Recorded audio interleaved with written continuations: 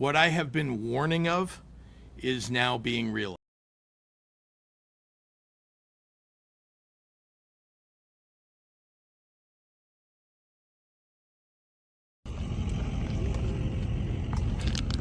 Hey.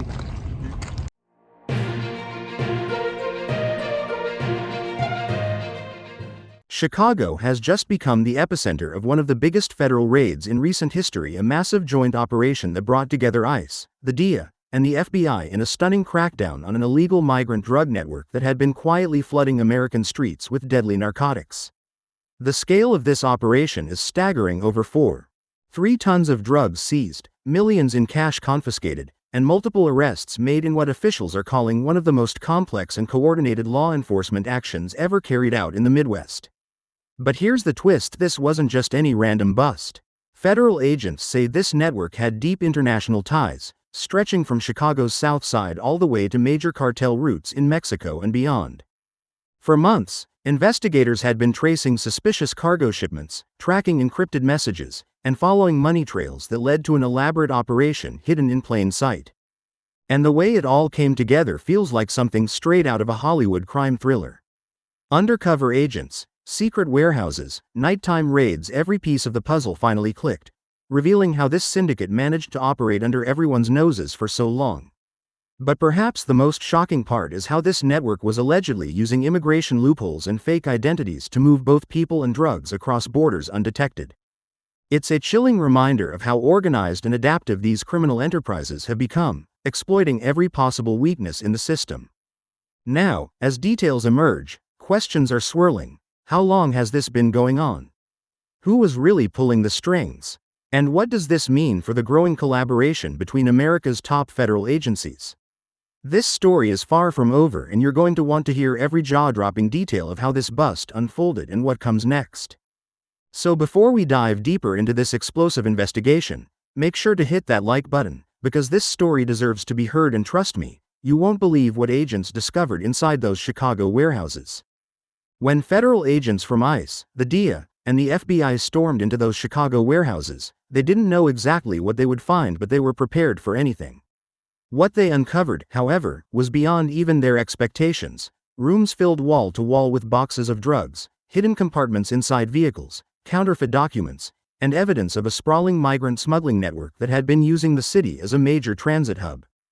Authorities say this wasn't some small-time operation, it was a full-fledged criminal enterprise, complete with logistics teams, money launderers, and handlers who knew exactly how to evade the system. It all started months ago when investigators noticed unusual financial activity tied to several small import businesses operating near the Chicago Industrial District. On the surface, they seemed legitimate, moving construction materials, cleaning supplies, and other everyday goods. But something didn't add up. The companies had inconsistent tax filings, strange offshore wire transfers, and shipments that didn't match their declared cargo. That's when the DEA began quietly monitoring their warehouses, installing hidden cameras and tracking deliveries. What they discovered was chilling. Beneath the layer of normal business activity was a sophisticated drug distribution network, smuggling enormous quantities of narcotics under the radar. The operation reportedly relied heavily on individuals with falsified immigration papers, many of whom entered the U.S. through southern border routes, then made their way north to Chicago, a city often described as a logistics powerhouse due to its central location and extensive transportation networks.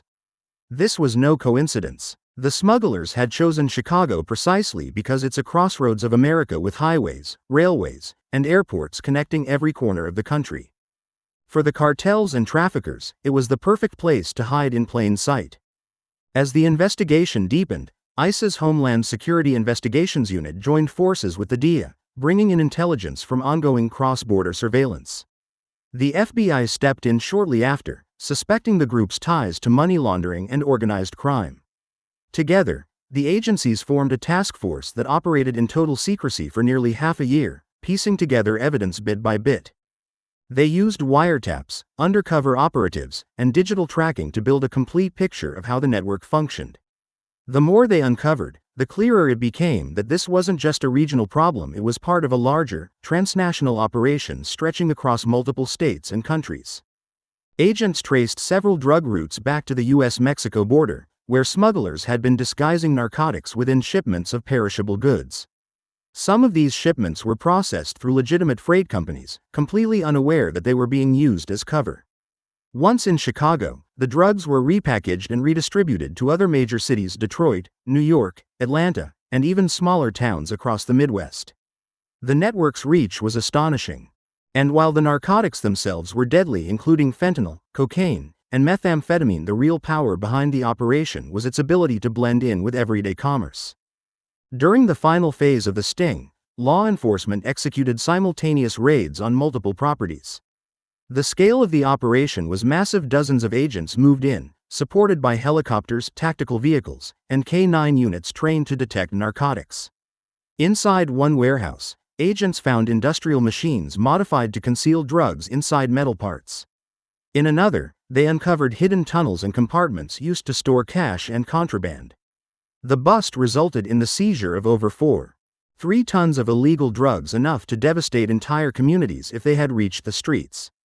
To put that in perspective, that amount could have fueled millions of doses of fentanyl, a substance so potent that even a few milligrams can kill. But what truly shocked investigators was how deeply the operation had infiltrated local systems. Some of the individuals arrested were longtime residents with clean records, posing as business owners, truck drivers, or warehouse managers. Others had entered the country illegally, blending into communities while secretly coordinating the logistics of the drug trade.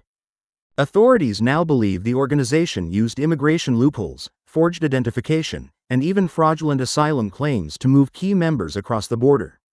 It was a system built on deception, one that exploited both human vulnerability and bureaucratic gaps. As news of the bust spread, Chicago residents were stunned. Many had no idea that their neighborhoods were being used as fronts for such an enormous criminal network. Community leaders called for greater oversight, arguing that while the majority of migrants come seeking better lives, criminal elements are taking advantage of chaos at the border to expand their reach. Federal officials echoed that concern, emphasizing that this case is a wake-up call, a stark reminder of how interconnected issues of immigration, national security, and the drug trade have become. Behind the headlines, though, lies a more personal story: one of the agents who spent months undercover, risking everything to infiltrate the network. According to reports, one DEA officer posed as a buyer for weeks, gaining the trust of key figures in the operation. He witnessed firsthand how carefully organized the group was: meetings held in coded language, money exchanged through encrypted apps, and shipments scheduled around law enforcement patrol times. Every detail was calculated, every move was planned. The operation's leaders even used migrant families as cover, blending their trafficking routes with genuine asylum movements to throw off suspicion.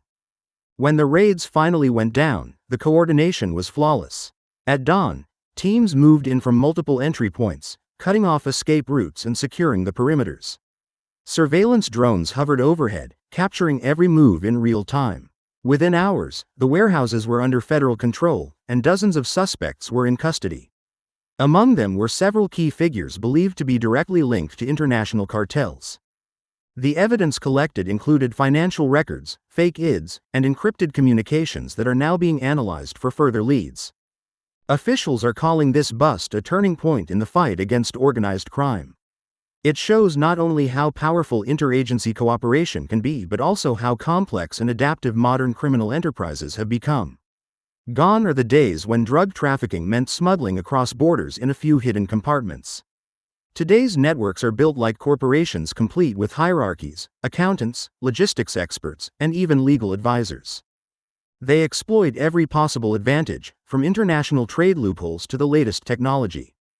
What's particularly alarming is the link between drug smuggling and human trafficking uncovered during the investigation.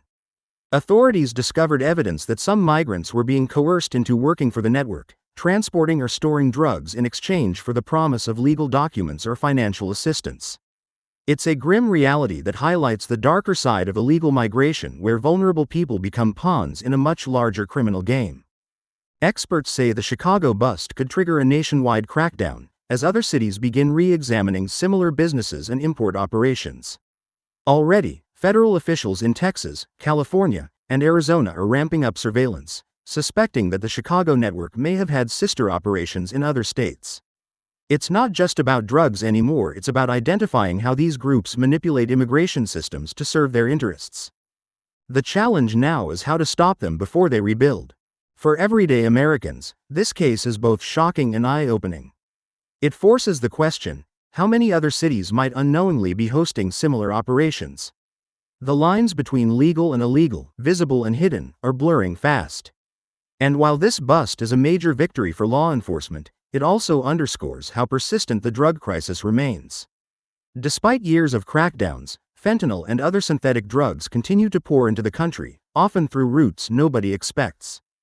Chicago just happened to be the latest battleground. The political fallout has already begun. Lawmakers are calling for tighter border control, stronger penalties for organized crime, and increased funding for federal agencies. Some are also demanding an overhaul of the asylum and visa processes, arguing that loopholes have made it too easy for traffickers to exploit the system. Others caution against blaming migrants as a whole, emphasizing that the vast majority are innocent people seeking safety and opportunity. It's a delicate balance, one that continues to divide opinion across the country. Meanwhile, residents near the raided warehouses describe a mix of relief and fear. Relief that the criminals are gone, but fear that the operation's reach might have extended deeper into the community than anyone realized. Some say they had noticed strange activity for months, trucks arriving late at night, people coming and going at odd hours, but never imagined it was connected to an international drug ring. The bust has shaken local confidence, raising questions about how many similar operations might be hiding in plain sight. Federal prosecutors have now begun preparing charges that could include drug trafficking, money laundering, conspiracy, and immigration fraud. If convicted, the key suspects could face decades behind bars. But investigators believe more arrests are coming. The evidence recovered points to a larger web of accomplices, possibly extending into financial institutions and shipping companies that unknowingly facilitated the operation. The case is still unfolding, and every new discovery seems to reveal another layer of complexity. Perhaps the most haunting part of this story is the human cost behind the numbers. Every package of drugs seized in that warehouse represents lives that could have been destroyed. Families torn apart by addiction. Communities struggling to recover from overdoses. The agents involved in the operation say this thought kept them going during the long, grueling months of surveillance and investigation. They weren't just chasing criminals, they were fighting to save lives. In many ways, the Chicago bust symbolizes both progress and warning. It shows that America's law enforcement agencies, when united, can achieve extraordinary results. But it also highlights how relentless the fight against organized crime must be. Every time a network is dismantled, another tries to rise in its place. The battle isn't just about catching the bad guys, it's about understanding the systems that allow them to thrive. Now, as Chicago recovers from the shock, the rest of the nation is watching closely. This case could redefine how the U.S. approaches both immigration enforcement and the war on drugs. It's a reminder that behind every statistic, there's a real story, one of courage, danger, and determination. And for the agents who risked their lives to pull off this incredible operation, the work is far from over. They know that somewhere out there, another network is already plotting its next move. So as we wait for more updates, one thing is clear: this is not just another drug bust. It's a wake-up call for the entire country. A call to strengthen borders, improve intelligence sharing, and close the loopholes that criminals exploit. Chicago may have been the scene this time, but the lessons learned here will echo nationwide. And as we wrap up this part of the story, I want to hear your thoughts. Do you think operations like this will finally make a difference in stopping the drug flow into the U.S., or will traffickers just find another way around? Let me know your opinion down in the comments, because this discussion matters. And if you believe stories like this need to reach more people, make sure to hit that like button. It really helps spread awareness about what's happening right under our noses. Trust me, the next chapter in this unfolding investigation will be just as explosive, and you won't want to miss it.